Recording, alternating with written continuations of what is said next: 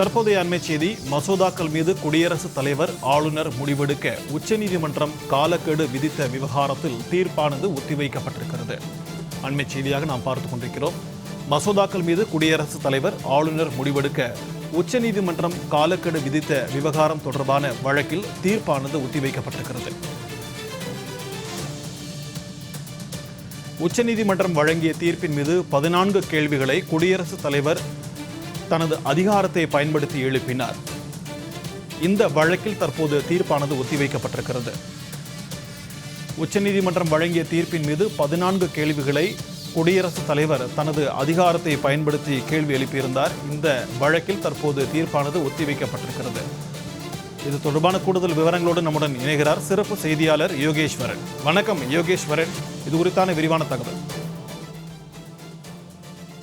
சிக்கந்தர், உச்சநீதிமன்றம் இன்று ஒரு மிக முக்கியமான வழக்குல தீர்ப்பை தேதி குறிப்பிடாமல் ஒத்தி வைத்திருக்கிறார்கள். என்ன வழக்கு? இதில் தமிழகத்திற்கும் இந்த வழக்கில் மிகப்பெரிய அளவில் தொடர்பு இருக்கிறது. என்ன வழக்கு என்றால், 2023ஆம் ஆண்டு தமிழ்நாடு அரசு உச்சநீதிமன்றத்தில் வழக்கு ஒன்றை ஆளுநருக்கு எதிராக தொடர்கிறார்கள். அதில் தமிழக சட்டமன்றத்தில் நிறைவேற்றி அனுப்பப்பட்ட மசோதாக்களை ஆளுநர் ஒப்புதல் அளிக்காமல் தொடர்ந்து கிடப்பில் வைத்திருக்கிறார் என்பதே இந்த வழக்கினுடைய முக்கிய சாராம்சம்.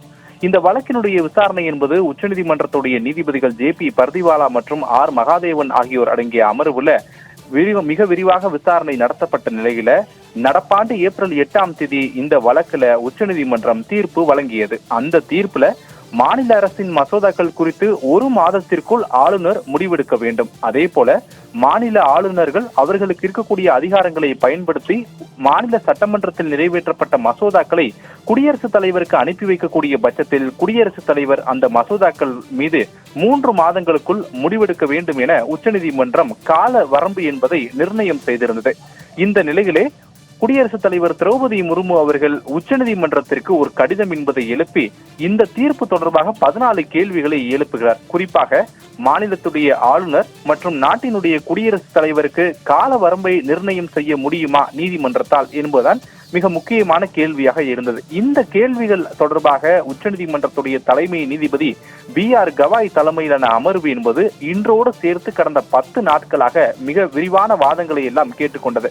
மிக முக்கியமாக மத்திய அரசு தரப்பில் ஆஜராகக்கூடிய மூத்த வழக்கறிஞருடைய வாதங்கள், மத்திய அரசினுடைய நிலைப்பாட்டுக்கு ஆதரவாக உத்தரகாண்ட், உத்தரப்பிரதேசம் உள்ளிட்ட பிற மாநிலங்களிலிருந்து ஆஜரான மூத்த வழக்கறிஞர்கள், இதே போல மனுதாரர்கள் தரப்பு மூத்த வழக்கறிஞருடைய வாதங்கள் என அனைத்து தரப்பு வாதங்களையுமே கடந்த 10 நாட்களாக மிக விரிவாக உச்சநீதிமன்றத்துடைய தலைமை நீதிபதி BR கவாய் கேட்டுக்கொண்டார். அதே நேரத்தில் உச்சநீதிமன்றத்திற்கு இந்த விவகாரத்தில் இருக்கக்கூடிய சந்தேகங்களையும் கடந்த 10 நாட்கள் நடைபெற்ற விவாதங்களின் போது உச்சநீதிமன்றத்துடைய தலைமை நீதிபதி தெளிவுபடுத்தி கொண்ட நிலையிலே இன்றைய தினம் அனைத்து தரப்பு வாதங்களுமே நிறைவடைந்து வழக்குல தீர்ப்பு தேதி குறிப்பிடாமல் இன்றைய தினம் என்பது ஒத்திவைக்கப்பட்டிருக்கிறது. எனவே உச்சநீதிமன்றம் விரைவில் இந்த வழக்குல தீர்ப்பை வழங்கக்கூடும் என எதிர்பார்க்கப்படுகிறது. அதிலும் இந்த வழக்கில் விசாரணை நடத்தியிருக்கக்கூடிய உச்சநீதிமன்றத்துடைய தற்போதைய தலைமை நீதிபதி BR கவாயினுடைய பதவிக்காலம் என்பது வரும் ஆண்டு நவம்பர் 23ஆம் தேதியோடு நிறைவடைய இருக்கக்கூடிய நிலையில அதற்கு முன்னதாகவே இந்த வழக்குல தீர்ப்பு வழங்கப்படும் என்பதுதான் இப்போது இருக்கக்கூடிய செய்தி. எனவே மிக முக்கியமான ஒரு வழக்கு, தமிழ்நாடு மட்டுமின்றி அனைத்து மாநில மற்றும் யூனியன் பிரதேசங்களுக்குமே பொருந்தக்கூடிய ஒரு முக்கிய வழக்குல இன்றைய தினம் அனைத்து தரப்பு வாதங்களையுமே நிறைவடைந்து உச்சநீதிமன்றத்துடைய தலைமை நீதிபதி அமர்வானது வழக்குல தேதி குறிப்பிடாமல் தீர்ப்பை ஒத்தி வைத்திருக்கிறார்கள். சிக்கந்தர், உங்களுடைய விரிவான தகவல்களுக்கு நன்றி யோகேஸ்வரன்.